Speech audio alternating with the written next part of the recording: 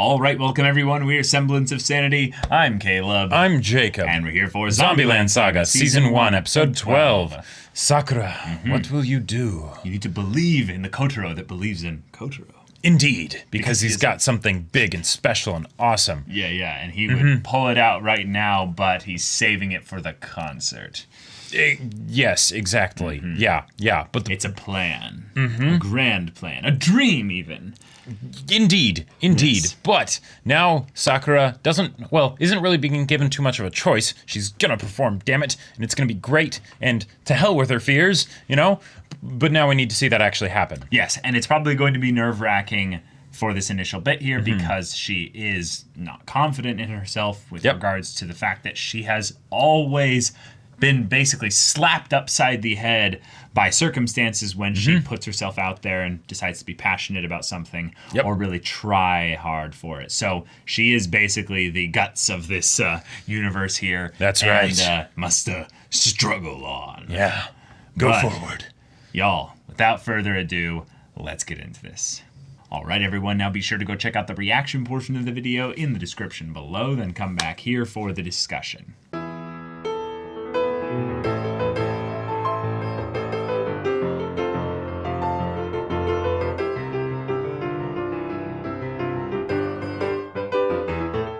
Oh wow! That was a fantastic finale. That was a fantastic finale. Yeah. You know, we got the resolution to Sakura's conflict and story here, and it was fantastic. Issue. Right, and the memory issue, and I love the fact that it was something where her bad luck didn't stop. Right. In fact, it continued in the crazy fashion that it had. Yep.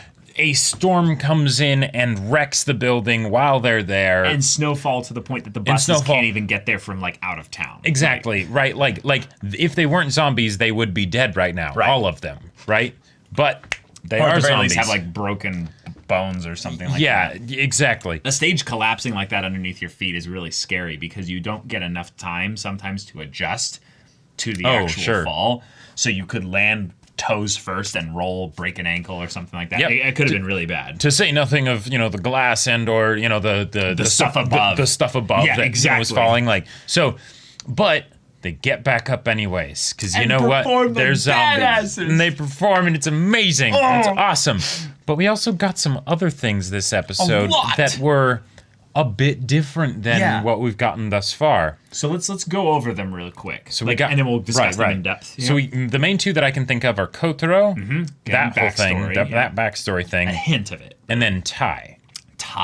Because Tai, oh my God, Tai, that was really cool. I kind of wish that my only gripe is that I wish that had been something that we had seen in a previous episode. I get it that it's something that wasn't as big of a deal to have basically in an episode because there was no Tai-focused episode. Actually, but, no.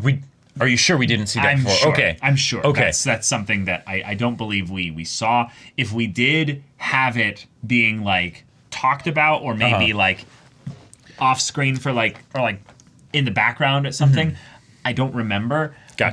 But the other big thing is the fact that the beginning of the episode with them all assembling for the meeting and stuff is a gigantic callback to episode one's beginning with Sakura basically being told, good morning, you know? Yep. And this episode is basically we'll restart again with you. Like, it's okay, Sakura. If everything falls apart, we're still together, and we're going to make it through this and just stand back up and keep going. Because it's not like we were going to save, Saga tonight anyway. Exactly. Even if, we had it packed out to the streets or something like that. It's not It's not going to be a one event isn't going to do it. Exactly. But just like zombies, no matter what happens. Right. No matter how tired or ragged we get or how much damage we take, we always get back up. Get back up and our way in. And find a way into that room that's boarded up and reinforced. That's right. Tai will be like, Let me love you. I will find the weak points in this structure and burst through it, break my neck doing it. I will find the weak points in your emotional walls to break through and hug you and show you that I care about you and you mean a lot to me. Yeah, because okay. with the previous episode where we see all the characters in their different ways going and trying to help reach Sakura, right? I love that. I loved that. Like, it was so good. It was so good. And that they couldn't actually reach her. And they couldn't reach her, right? They did their best. They did. Yep. They made good efforts. But even though they were doing it in their own unique ways, it was something where Sakura specifically did not want to be reached, right? Yep. And as a result of that, that was painful for them, right? Because she's, you know, completely shutting out their feelings and all that stuff, right? Yeah. And then we see Tai in this episode, the one who has never been, you know, seemingly even, like, necessarily cognizant of them as, like, the rest of them as, like, friends and stuff. A little bit, you know, here and there, right? Right. She has lapses, but she also has good points as well. She understands the dancing and the music and stuff, which apparently that's because of Sakura. Yep.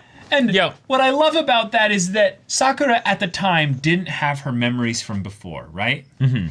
So under that, you know, that reinvented Sakura, basically, which I'm glad that she's going to now have both, because I like Sakura more having the knowledge of her failures, her stuff in the past. Yeah. But choosing to go past it here, right? Despite it being important. Actually really difficult. Mm-hmm. But Tai being someone who has had the worst luck then, not only did she get to come back to life after dying, which you could see as being lucky, but her existence as being an actual zombie is pretty miserable, probably. She has these wonderful people around her, sure, but she can't communicate with them. Yeah. She doesn't understand them half the time, it seems. Nope. But she understands them enough to know when they're in pain and what, you know, and that something's going on and that she'll try and help. There are things that break through. Yeah. And you don't see her giving up. Exactly. No, Tai's relentless. Like this this feels like those times where you have someone like Tai almost feels like and I want to be clear that I'm not actually making like a true comparison in my mind or anything like that, you know, but I'm seeing the parallels here, right? But where you have the people that for some reason can't express themselves the way that most people would, right? Okay. Can't maybe communicate very well, you know, or whatever, whether it's because of lack of social skills or like, you know, or you know, any number of things, right? But those times when no, they understand what's going on. Right? Even if they can't engage in the way that most people would accept, you know, they notice. Sure. They notice. And the depth of emotion that was going on with Tai was no less than what was going on for the rest of the members of Franchouchou, right? And so seeing her in this truly just raw form trying to express that to Sakura, right? Trying to comfort her. I love so much. And then at the end, you know, when after the performance and everything, and she's just nomming on her head. And she makes the satisfied, Right. It's like, I can tell that this brain has reached emotional stability and it makes me happy, you know. I won't be able to, you know, feast on it, but I will... But I will give it my own... I'll massage it. Yes, I'll massage it with my teeth, you know? And it's like... Because Tai is such a goofy character, right? She's a gag character. Like, she's a gag character. Absolutely. She's not even really... Like, in a lot of ways, you could say she's not even really a character. Although after this, I would say she definitely is. She definitely is now, yeah. Right. But, so... And I love it when anime basically takes comedy and then turns it around to something heartfelt. Yeah. And... That was Tai this episode, and I loved it. So, yeah. And it's really special that it was Tai because what we basically had from Kotaro in the last episode was the kick reason to the curb, do the impossible, and basically yell into the face of, you know, Sakura in a way that, you know, we were wondering, wait, will this Kamina energy actually, like, work here? And we were kind of confident it would because it was basically like, no, you can rely on me. Which now has extra context just in general. But the idea that we open this episode, no, she's still not actually going to just snap into it. Tai being the one that is like, okay, it's my turn. Fine, I'll do it myself. Right. You know? You reinforced that door so I can't break it down. That's fine. Yeah. I'll respect that. I won't open the Taru door. form. I'll attack from a weird angle. Right. You'll never see it coming. Yeah. Never see Like there was something that I heard someone say when they were basically trying to encourage some parents to. You know, especially when their kids are like in like the teen years where, you know, things can be really rough. Yeah. To just not let that sort of teen angst keep them from telling their kids that they love them, right? Right. And they were like, yeah, if they don't want you to, you know, come to like open their door, you know, without knocking or whatever, you know, that's totally fine. Go through the window, you know, like just tell them that you love them. And I love you. Yeah, I love you. And that's what Ty was doing here, and it was great. And she even, you know, picks her up and then brings her back to the practice room and is trying to like look at me, you know. You know, like that, trying to that do the whole motions. thing with the 1 2 1 2.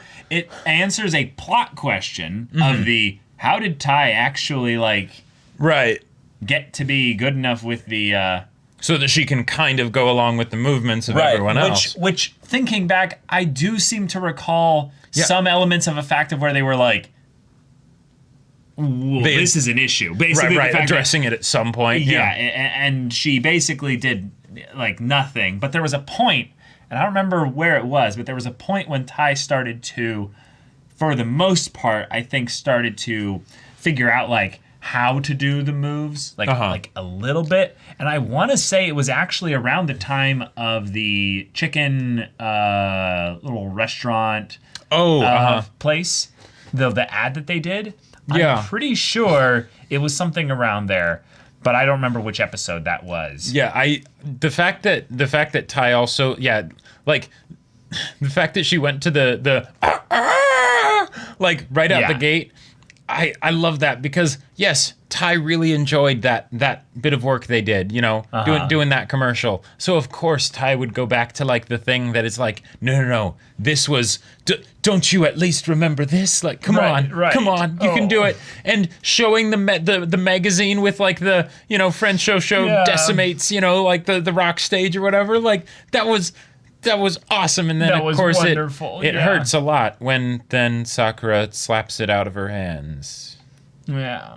But yeah, I'm checking back through just, you know, in general, and I don't think there was actually a point where we saw that. If stuff. there That's was, okay. let us know, and and then that just makes the scene even better. Right. But okay, Kotaro, or as we should say, Inui-kun. Yeah.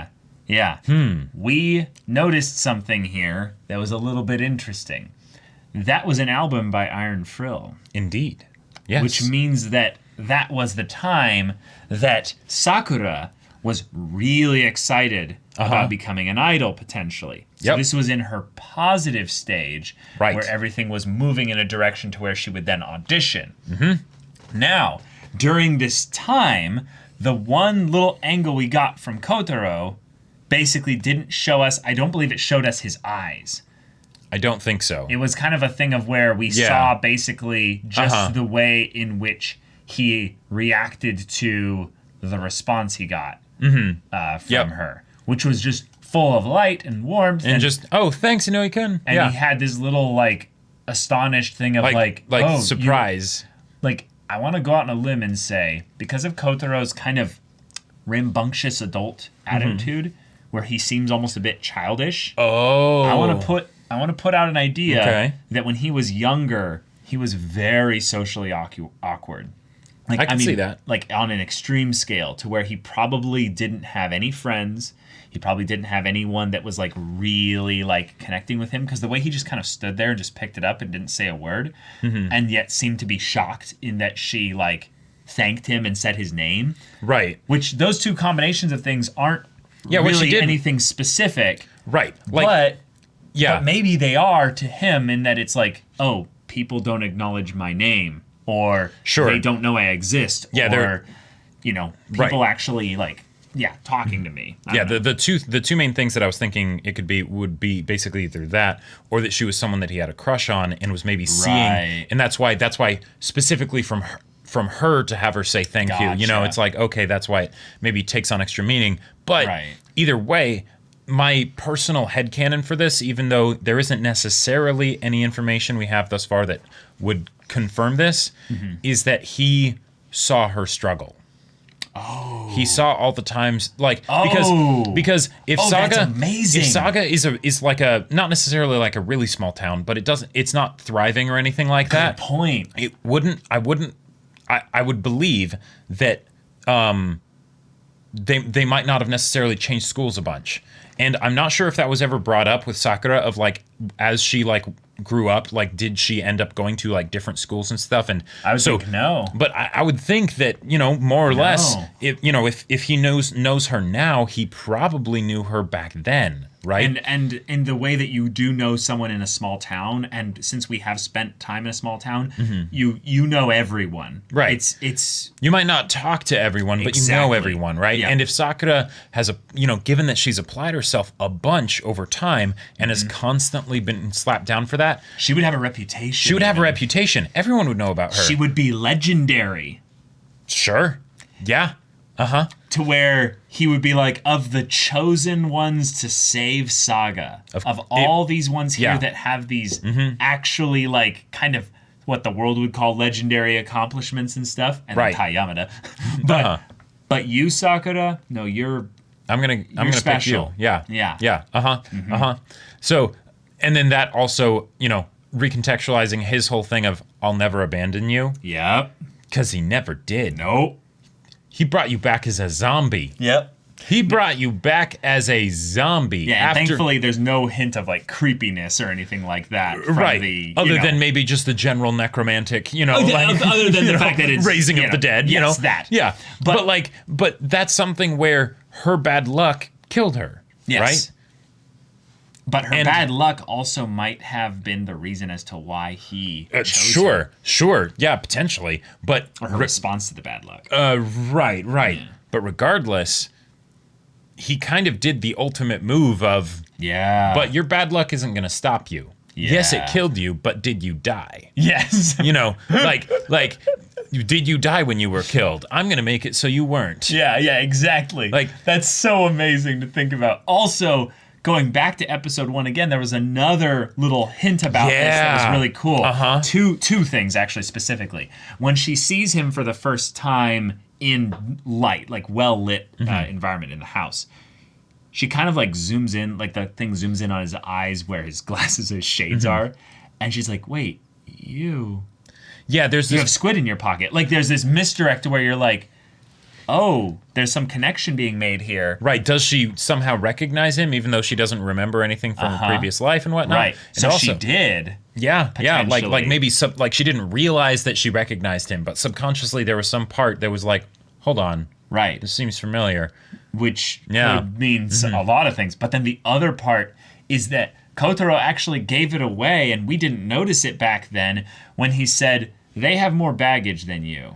Yeah. Which is a very well written line, in my opinion, because there's the obvious way you can look at it, which is just they're crazy awesome. And I know their story, so logically I can assume you're a logical assumption. Yeah, but you're a regular person, with a pretty regular life, so you don't have as much of a baggage in general as they do. Right. Which that's probably true.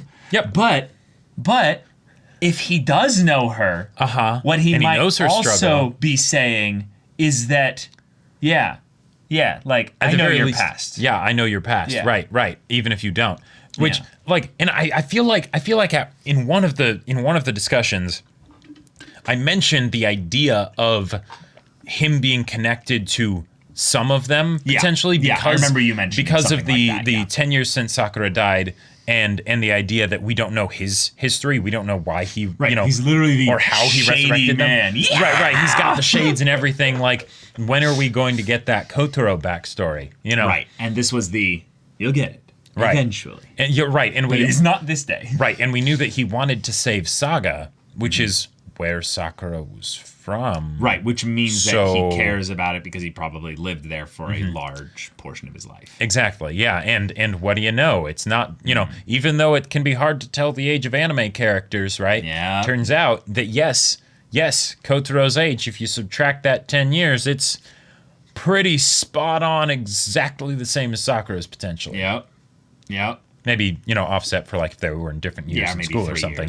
Yeah. But okay. Just saying. And if it is something where he actually like was crushing on Sakura, sure, then that'll create all kinds of additional potential complications moving forward. I really don't want that to happen, but I not that like he still does, but right. but yeah, regardless, she was someone that stood out to him. Yeah. And that was one of the contributing factors to this happening. And that can be explored later whenever they want to. Which That's really also awesome. And you pointed something out, I think, in like during the episode, that if her positivity and all that stuff, even though she ended up getting hit by a truck, right? Right. Is what inspired him potentially to do the whole plan. Right. If it had an effect on him, then it could have inspired him to do the whole plan, which means that Sakura, your bad luck wasn't necessarily pointless, right? There was potentially a lot of good that came from it. Yeah, the interaction he had with the old barkeep guy who apparently had Yugiri working for him for a portion of time was because of some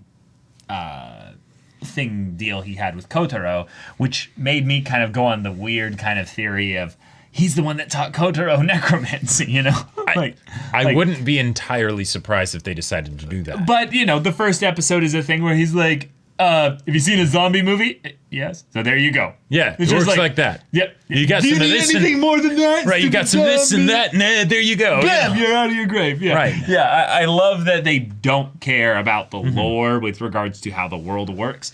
That's not important here. We're here to save Saga and have a good time doing it as zombie idols. So that's right. While there's some really cool potential things with Kotaro's backstory, I really like the emotional core of it, which I think is that she moved him in some way. Even if it wasn't in that scene that we saw in the teaser bit, the fact that he was left basically with his mouth open in that kind of like certainly surprised, is that there's probably not a lot of excitement that a lot of the kids had basically as a small town kind of group, which means your graduating class is really tiny. You have very much a stigma of once we graduate we'll leave. That is very much a small town thing, or we're trapped here so we just stay. Right, so you get kind of resentful and stuff, and there's not a lot of just kind of, warmth.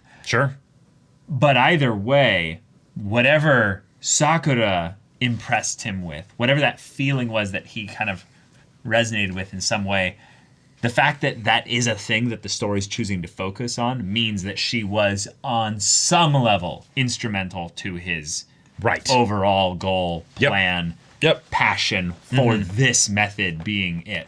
Because maybe he had this dream of trying to find some way to help Saga as a town for a while, but he just didn't know what would be the means by which he would do it. It took 10 years for him to figure out the secrets of necromancy and zombie raising, Right. Yeah. But as to using an idol group to do it, that didn't have to be his original way of doing it. That is a great point. It could have been something where he's like, I really liked, fixing cars. So I was thinking I can make a car company or something. I don't know, something random and dumb. But this was more of the thing of where it might have been just he has a heated dream with, all this specific things, and he just wakes up and he's like, I got it. Inspiration has struck me. Right, exactly. Like a bolt of lightning. Lucky. And basically he gives all these just wonderful girls a chance at a new life.